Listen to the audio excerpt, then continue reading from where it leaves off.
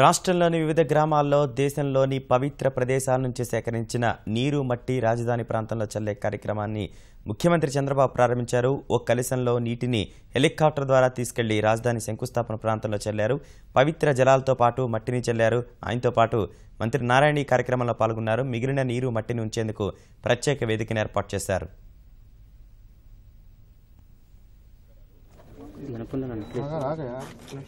ఈరోజు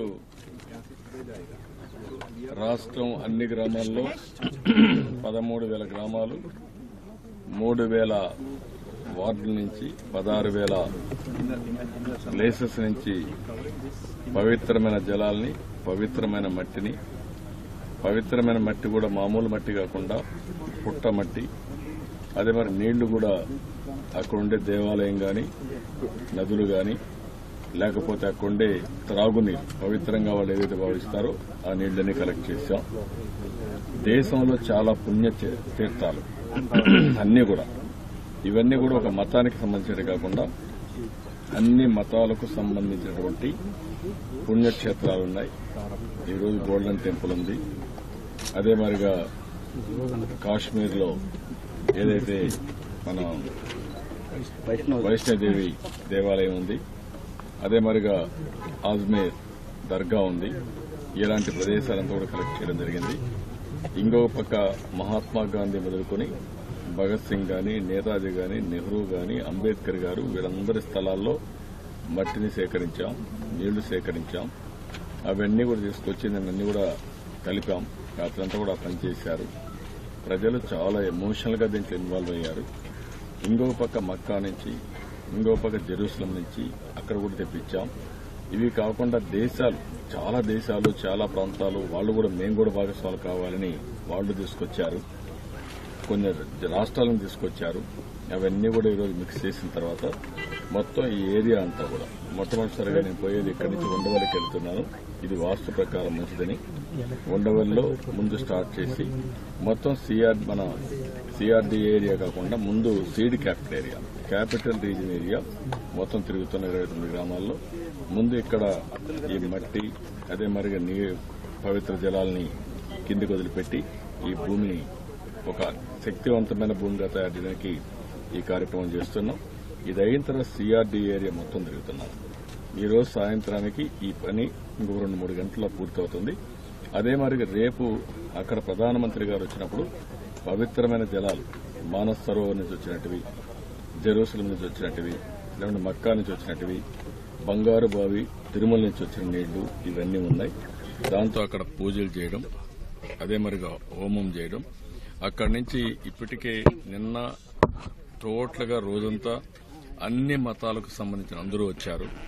నిన్నైతే హిందువులు, క్రిస్టియన్స్, ముస్లిమ్స్, జైన్స్, బౌద్ధ మతానికి సంబంధించిన వాళ్ళు, అదే మరిగా మౌంట్ ఆబు నుంచి వచ్చినటువంటి మన బ్రహ్మకుమారీస్ వీళ్ళందరూ వచ్చారు.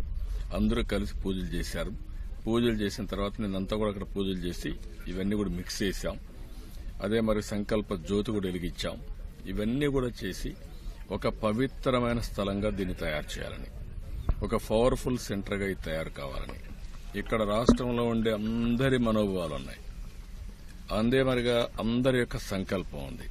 ఇంకొక పక్కన మీరు చూస్తే వాళ్ళు చేసిన ప్రేయర్స్ ఉన్నాయి.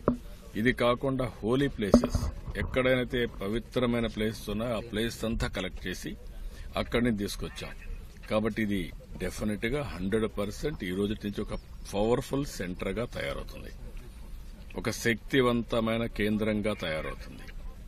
అదే మరిగా ఇంకొక పక్కన చూస్తే ఒక ఆకర్షణీయమైన ప్రాంతంగా తయారవుతుంది. ఒక ఇక్కడి నుంచి మనం దీన్ని ఒక క్రమశిక్షణతో లా అండ్ ఆర్డర్ గాని, అదే మాదిరిగా మనం పనిచేసే విధానం గాని, మనం ప్రవర్తించే విధానం గాని ఇవన్నీ కూడా మనం బాగా చేసుకోగలిగితే నాకు ఏమాత్రం అనుమానం లేదు, మనం అనుకున్న లక్ష్యాన్ని తప్పకుండా నెరవేరుతాం, రీచ్ అవుతాం. నా ఆలోచన ఒకటి, ప్రపంచంలో 10 రాజధానుల్లో ఇది ఒకటి ఉండాలి, మహానగరాల్లో ఇది ఒకటి ఉండాలి. అవసరమైతే 10లో కూడా ఇది మిన్నగా ఉండాలి. డిఫరెంట్ గా ఉండాలి. మాన్యుమెంట్ కడతాం. ఆ 25 ఎకరాల్లో మాన్యుమెంట్ కడతాం. ఆ మట్టి కూడా అక్కడే సేకరించి పెట్టాం. ఎక్కడైతే మాన్యుమెంట్ కడతామో అక్కడ ఈ మట్టి కూడా ఉపయోగిస్తాం.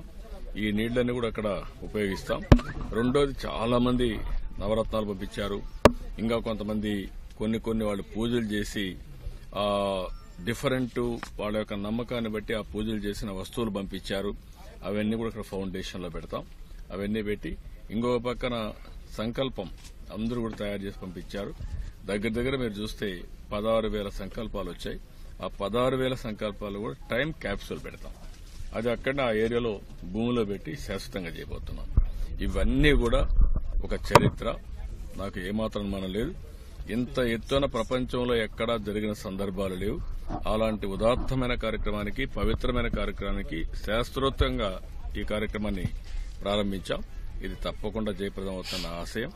అదే నా సంకల్పం. ఇది వరల్డ్ క్లాస్ సిటీ తయారు కావాలి. మన భారతదేశం గర్వపడే సిటీని తయారు చేస్తామని చెప్పి తెలియజేసుకుంటూ అందులో ఎకనామిక్ యాక్టివిటీ, ఎడ్యుకేషన్, ఉపాధి కల్పించడం అన్ని కూడా ఉంటాయి. దాన్ని కూడా డీటెయిల్స్ అని ఇవ్వడం జరిగింది. ఈ కార్యక్రమానికి శ్రీకారం చుట్టినందుకు భగవంతుడు ఈ అదృష్టం ఇచ్చిందని నేను గర్వపడుతున్నా. ఇది ఒక crisis, but there is an opportunity. Immediate గా రేపు ఈ రోజు నుంచి శక్తివంతం. ఇంకా మీరు వద్దన్నా ముందుకు పోతా ఉంటది. సరే అంటే ఎవరైనా కొంతమంది వద్దనుకుని ఇంకా ముందుకు పోతుంది తప్ప వెనక్కి వచ్చే సమస్య లేదు. మీరు కాదు లేరా అన్నారు కదా. ఒక ఆయన అయితే నాకు ఇన్విటేషన్ పంపొద్దు అన్నాడు. ఇంకొకరైతే ఒక పక్క లెటర్ రాస్తారు, ఒక పక్క దీన్ని బాయ్కాట్ చేస్తారు. అంటే వాళ్ళ ఇంటెన్షన్ మనకు బయటపడిపోవాలా. కాబట్టి ఇవన్నీ ఉన్నాయి. కాబట్టి నాకు అనుమానం లేదు, ఇది సక్సెస్ అవుతుంది. రేపటి నుంచే పనులు కూడా ఏ విధంగా ప్రారంభించాలి, రోడ్లు అవన్నీ కూడా ఫైనలైజ్ చేసుకుంటున్నాం. అతి త్వరలో రోడ్లన్నీ ఫైనలైజ్ అవుతాయి.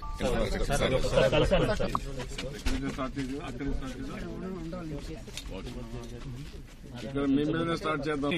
ముందు వాళ్ళని స్టార్ట్ చేయాలంటే